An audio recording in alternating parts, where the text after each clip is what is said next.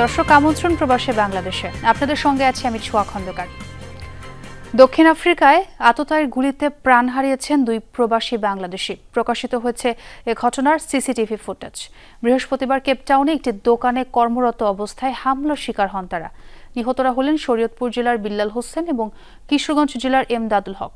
CCTV ফুটেজে দেখা যায় আত্মসমর্পণরত অবস্থায় মাটিতে উপুর হয়ে শুয়ে আছেন ওই দুই ব্যবসায়ী।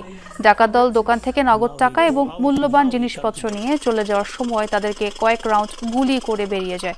এতে ঘটনাস্থলেই প্রাণ হারান তারা। পুলিশ খবর পেয়ে তাদের মরদেহ উদ্ধার করে মর্গে পাঠায়। এ ঘটনায় এখনো কাউকে গ্রেফতার করতে পারেনি নিরাপত্তা বাহিনী।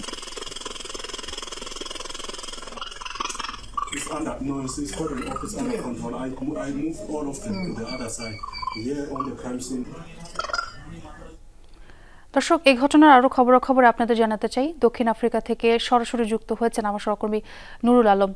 আলম, এই যে সম্প্রতি দুই বাংলাদেশি সহ দেশটিতে বেশ কয়েকজন প্রাণ হারালেন, এই মৃত্যুগুলো শুধুই কি ডাকাতির কারণে হচ্ছে নাকি এর পেছনে অন্য কোনো কারণ থাকতে পারে? কি তথ্য আছে আপনার কাছে?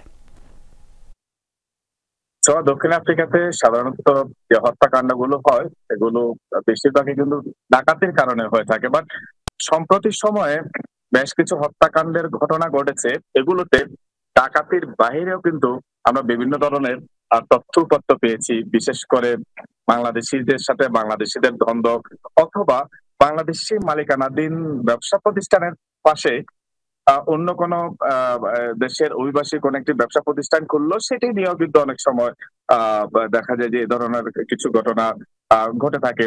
বিশেষ করে একটু আগে আপনি যে খবরটি দেখাচ্ছিলেন সেখানে আপনি সিসিটিভি ফুটেজে নিশ্চয় দেখে থাকবেন। ডাকাতিকালে সাধারণত ওরা যখন ডাকাতি করছিল ঠিক ওই সময় তারা কিন্তু আত্মসমর্পণ অবস্থায় ছিল। একদম ডাকাতি সে চলে যাচ্ছে, দরজা দিয়ে বেরিয়ে গেল, ঠিক এই সময় আবার ভিতরে এসে তাদেরকে গুলি করে হত্যা করলো। এটি নিয়ে কিন্তু স্থানীয়দের প্রবাসী বাংলাদেশি যারা আছেন তাদের ভিতরে কিন্তু একটু দুশ্চিন্তা দেখা দিয়েছে, একটা চিন্তার বিষয় দাঁড়িয়েছে আসলে এটি আদৌ কি ডাকাতি ছিল না ডাকাতির বাইরে পরিকল্পিত কোনো হত্যাকাণ্ড হবে কিনা। যদিও বা যারা ছিলেন তারা দুইজনে দোকান কর্মচারী ছিলেন, তারা কিন্তু ওখানকার প্রতিষ্ঠিত কোনো ব্যবসায়ী না, তাদের যে খুব বেশি শত্রু থাকতে পারে সে বিষয়টিও কিন্তু নিশ্চিত না। তো এই বিষয়ে আমি আমাদের এখানকার দূতাবাসের মানব রাষ্ট্রদূত জনাব শফি আহমেদ শামের শফির সাথে কথা বলেছি। আসলে মিশন এই বিষয়ে কি পদক্ষেপ নিচ্ছে তিনি আমাকে জানিয়েছেন যে আগামীকাল ঘটনাস্থল তিনি পরিদর্শন করবেন, সেখানে পুলিশ প্রশাসনের সাথে তিনি মিটিং করবেন। একই সাথে তিনি এও জানিয়েছেন যে কেপটাউনে যে মেয়র রয়েছেন সে মেয়রের সাথে আগামী সোমবার তিনি বৈঠকে মিলিত হবেন। সেই বৈঠকে তিনি এইসব বিষয়ে আলোচনা করবেন। আসলে আমাদের যে প্রবাসী বাংলাদেশিরা এখানে প্রতিনিয়তই খুনের শিকার হচ্ছেন, গুমের শিকার হচ্ছেন, এই বিষয়গুলো তিনি কথা বলবেন। যদি একটু বলি আপনাকে, আরেকটু আমি এড করব, দক্ষিণ আফ্রিকাতে শুধু চলতি বছর জানুয়ারি থেকে আজকের দিন পর্যন্ত 172 জন প্রবাসী বাংলাদেশি কিন্তু প্রাণ হারিয়েছে। যদি বা এদের সবাই কিন্তু ডাকাতের গুলিতে বা সন্ত্রাসে দুর্বৃত্তের গুলিতে খুন হয়েছে ঠিক তা না, স্বাভাবিক মৃত্যু ছিল। তবে ডাকাতি বা দুর্বৃত্তের গুলিতে মৃত্যুর সংখ্যাও 50-এর কম নয়। যদি এটি পুরোপুরি পূর্ণাঙ্গ তথ্য এই মুহূর্তে আমার কাছে নেই, আমরা খুব শীঘ্রই সে তথ্য জানবো আসলে কতজন কি কারণে এখানে মৃত্যু শিকার হয়েছেন। এমন যে দুইজন প্রবাসী বাংলাদেশে মারা গিয়েছেন। আগামীকাল কেপটাউনের মসজিদুল কুদসে তাদের জানাজা অনুষ্ঠিত হবে। জানাজা শেষে তাদের মরদেহ বাংলাদেশে পাঠানোর ব্যবস্থা করা হবে। ছোঁয়ায় ছিল আমার কাছে সবশেষ। জি আলম, এবং খুবই দুঃখজনক একটি ঘটনা। আপনাকে ধন্যবাদ আমাদের সঙ্গে যোগ দেওয়ার জন্য। চলমান আগ্রাসন বন্ধে বাংলাদেশ সহ আন্তর্জাতিক সম্প্রদায়ের সর্বাত্মক সমর্থন চায় ইরান। এই অবস্থানের কথা জানিয়ে ঢাকায় ইরানের রাষ্ট্রদূত মানসুর চাভুসি বলেন, তাদের সাথে যা হচ্ছে তা আন্তর্জাতিক আইনের সুস্পষ্ট লঙ্ঘন। যুদ্ধবন্ধে যৌক্তিক আলোচনা করতে তেহরান রাজি জানিয়ে এই কূটনীতিক বলেন, অন্যথায় এর ভয়াবহ প্রভাব পড়তে পারে মধ্যপ্রাচ্য সহ পুরো বিশ্বেই। রাষ্ট্রদূতের সঙ্গে কথা বলেছেন সহকর্মী মাহফুজ মিশু। দিন পেরিয়ে সপ্তাহ, 8 দিনে গড়িয়েছে ইরান ইসরায়েল যুদ্ধ। হামলা পাল্টা হামলার পাশাপাশি এই যুদ্ধে সক্রিয় হচ্ছে ইরান ইসরায়েল দুই পক্ষের শত্রু মিত্ররাও। গেল শুক্রবার থেকেই টার্গেট মধ্যপ্রাচ্যের দেশ ইরান। ইসরায়েলের হামলায় সামরিক ও পারমাণবিক স্থাপনা ধ্বংসের পাশাপাশি জীবন গেছে ৫ শতাধিক বেসামরিক ইরানির। ধ্বংসযজ্ঞে পরিণত রাজধানী তেহরান প্রায় জনমানব শূন্য। এত বড় নৃশংসতার পরও জাতিসংঘ নিরাপত্তা পরিষদ সহ সংস্থাটির নীরব ভূমিকায় বিস্মিত ঢাকায় ইরানের রাষ্ট্রদূত। প্রত্যাশা, ইসলামী সম্মেলন সংস্থা ওআইসি সহ সব রাষ্ট্রই ইসরায়েলের আগ্রাসনের বিরুদ্ধে সোচ্চার হবে। These aggressions and this armed attack has been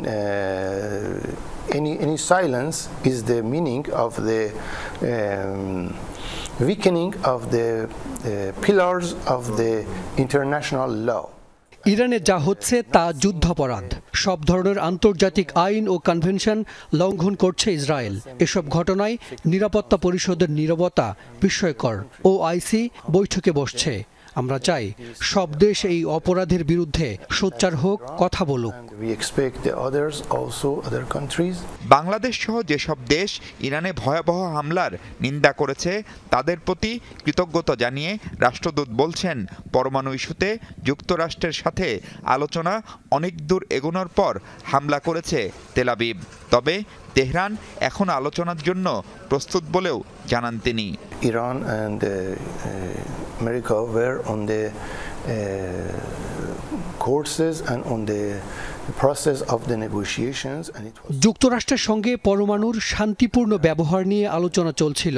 ঠিক তখনই কোনো পূর্ব ঘোষণা ছাড়া হামলা করল ইসরায়েল। আমরা এখনো আলোচনার জন্য রাজি। destroy the way of diplomacy. যুদ্ধ বন্ধে কার্যকর উদ্যোগ না নিলে পারস্য উপসাগর তথা মধ্যপ্রাচ্যে ছড়িয়ে পড়বে বলে আশঙ্কা অনেকের। ইরান বলছে এর প্রভাব দৃশ্যমান হতে পারে জ্বালানি তেলের সরবরাহ ও দামে। If their aggression continues and they come to the other fields, possibly economic fields. আমরা যুদ্ধ চাই না, কিন্তু আমাদের স্বাধীনতা সার্বভৌমত্বে আঘাত আসলে কিছু করার নেই। এই অবস্থা চলতে থাকলে তেলের পরিবহন ব্যবস্থায় ভয়াবহ প্রভাব পড়বে, ফলে দামও বাড়তে পারে। আরও কতটা বাড়বে তা আমাদের জানা নেই। ইরানের রাষ্ট্রদূতের আশা, ন্যায় অন্যায় সত্য বনাম মিথ্যার যুদ্ধে বিশ্বের বিবেকবান মানুষ প্রকাশ্যে বা নীরবে তাদের পক্ষেই থাকবে। মাহফুজ মিশু, যমুনা নিউজ, ঢাকা।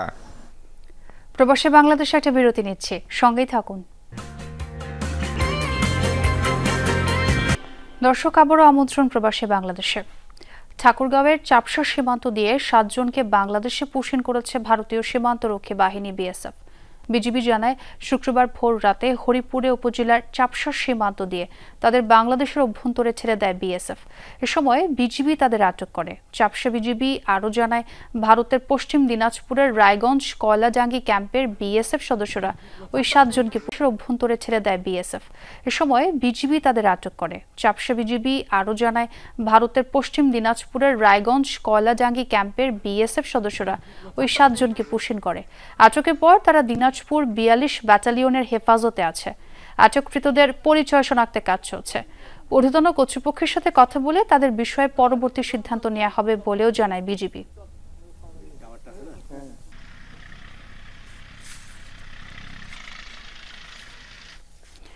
বাংলাদেশে 2024 সালের প্রত্যক্ষ বিদেশি বিনিয়োগ এফডিআই আগের বছরের চেয়ে 13% কমেছে।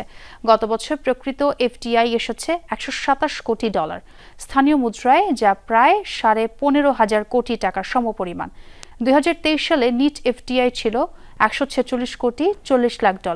বৃহস্পতিবার জাতিসংঘের বাণিজ্য ও উন্নয়ন বিষয়ক সংস্থা আংটারের বিশ্ব বিনিয়োগ রিপোর্টে বিদেশি বিনিয়োগ আসার ওই পরিসংখ্যান প্রকাশ করা হয়েছে। বাংলাদেশে 2024 সাল শেষে বিদেশি বিনিয়োগের স্থিতি $1,829 কোটি, যা দেশের জিডিপির মাত্র 4%। দক্ষিণ এশিয়ায় এক্ষেত্রে গড় হার 13%, ভারতের হার 14%, ভুটানের মতো দেশে এ হার 17%।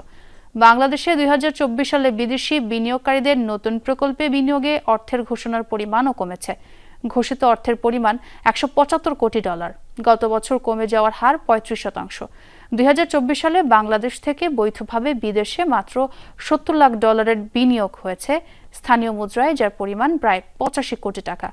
গত 5 বছরের মধ্যে 2021 সালে দেশের বাইরে সর্বাধিক $8 কোটি বিনিয়োগ করেন বাংলাদেশি উদ্যোক্তারা। এশিয়া কাপ আর্চারির মঞ্চে বাংলাদেশের জাতীয় পতাকা ওড়ালেন আব্দুর রহমান আলিফ। রিকার্ভ পুরুষ এককে জাপানের মিয়াতা গাকুতোকে 6-4 সেটে হারিয়ে সেরা সাফল্য অর্জন করেন এই আর্চার। যথাযথ সহযোগিতা পেলে নিজের সেরাটা দেওয়ার কথা জানান আলিফ। এদিকে দীর্ঘদিন পর পাওয়া এমন সাফল্য আর্চারদের অনুপ্রেরণা হিসেবে কাজ করবে বলে মত ফেডারেশনের কর্তাদের।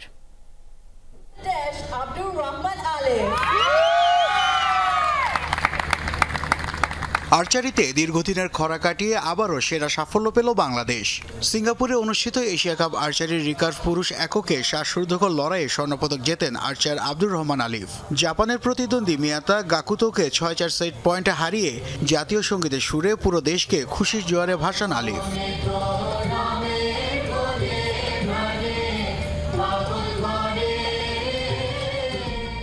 প্রথম 2 সেটে বাংলাদেশি আর্চার এগিয়ে থাকলেও পরের 2 সেটে দারুণভাবে ঘুরে দাঁড়ান মিয়াতা। পঞ্চম সেটের লড়াইয়ে জাপানি এই প্রতিদ্বন্দ্বীকে 26-29 পয়েন্টে হারিয়ে দেশকে বড় সাফল্য এনে দেন আব্দুর রহমান আলিফ। ফার্স্ট টাইম আমি আমার জাতীয় সঙ্গীত বাজাইতে পারছি বাইরের দেশে এসে ইন্টারন্যাশনাল কম্পিটিশনে, আর এটা আমার ফার্স্ট ইন্টারন্যাশনাল গোল্ড মেডেল আমার দেশের সবার জন্য আর কি এটা দিছি। ওই ধারাবাহিকতায় আমাদের কোচরা, আমাদের যে স্যাররা, আমাদের যে ইয়ার আছে সবাই আমাদের ওইভাবে সহযোগিতা করতেছে, আর আমরা ওইভাবে প্র্যাকটিস করে যাচ্ছি 28 অলিম্পিক নিয়ে। আন্তর্জাতিক প্রতিযোগিতায় বেশ কয়েকবার অংশ নিলেও একক ইভেন্টে কখনো স্বর্ণপদক জেতা হয়নি এই আর্চারের। এবার সেই স্বপ্নভঙ্গের বেদনায় না পুড়ে নিজের অর্জনে আরোহণ করলেন পোডিয়ামের শীর্ষস্থানে। এই ধারা অব্যাহত রেখে যথাযথ সহযোগিতায় দেশকে আরও সাফল্য দিতে চান তিনি। আমি চাই বা আমার টিমমেটরা চাই আর কি বেশি বেশি গেম খেলা, কারণ বেশি বেশি গেম খেলে আমাদের ওয়ার্ল্ড র্যাঙ্কিংটা আপ হবে আর আমরা টিম সহ অলিম্পিকে কোয়ালিফাই করতে পারবো।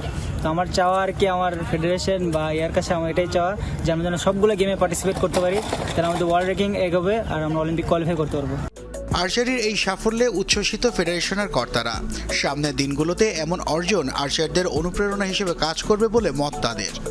আমাদের একটা বড় একটা মাইলফলক দরকার ছিল, because we are progressing and it is the result of our progress. তার কষ্টের একটা আউটপুট হচ্ছে আমাদের আজকে এই গোল্ড মেডেল। এশিয়া কাপে এই ধরনের পদক আমরা 6 বছর পরে পেয়েছি, যদিও আমরা এর মধ্যে আমরা অলিম্পিকে কোয়ালিফাই করেছি, হ্যাঁ আমরা সিলভার মেডেল পেয়েছি অনেকগুলা, কিন্তু স্বর্ণ পদক 18 সালের পরে এই প্রথম আমরা পেয়েছি। একটা সময় ছিল যখন রোমান্সানার হাত ধরে আর্চারিতে নতুন স্বপ্ন দেখতে শুরু করেছিল বাংলাদেশ, তবে সে অধ্যায় আজ অতীত। নিজের সামর্থ্যে সবটুকু দিয়ে দেশের জন্য সম্মান বয়ে আনতে সেরাটা দেওয়ার কথা জানান আব্দুর রহমান আলিফ। নাসিফ শুভ, যমুনা স্পোর্টস।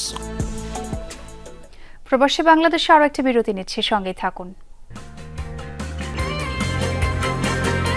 লেবাননে আব্দুল্লাহ ক্রিকেট টুর্নামেন্ট সিজন 2 এ ফাইনালে চ্যাম্পিয়ন হয়েছে লেবানন বেস্ট 11 স্পোর্টিং ক্লাব। রবিবার আদবাইয়া মাঠে এই টুর্নামেন্ট অনুষ্ঠিত হয়। আয়োজন করেন শফিকুর রহমান ও সাইদুর রহমান। প্রবাসী বাংলাদেশিদের 8টি দল অংশ নেয় এবারের আসরে। টুর্নামেন্টের ফাইনাল পর্বে ইসবেল স্পোর্টিং ক্লাবকে 7 উইকেটে পরাজিত করে বিজয়ী দল।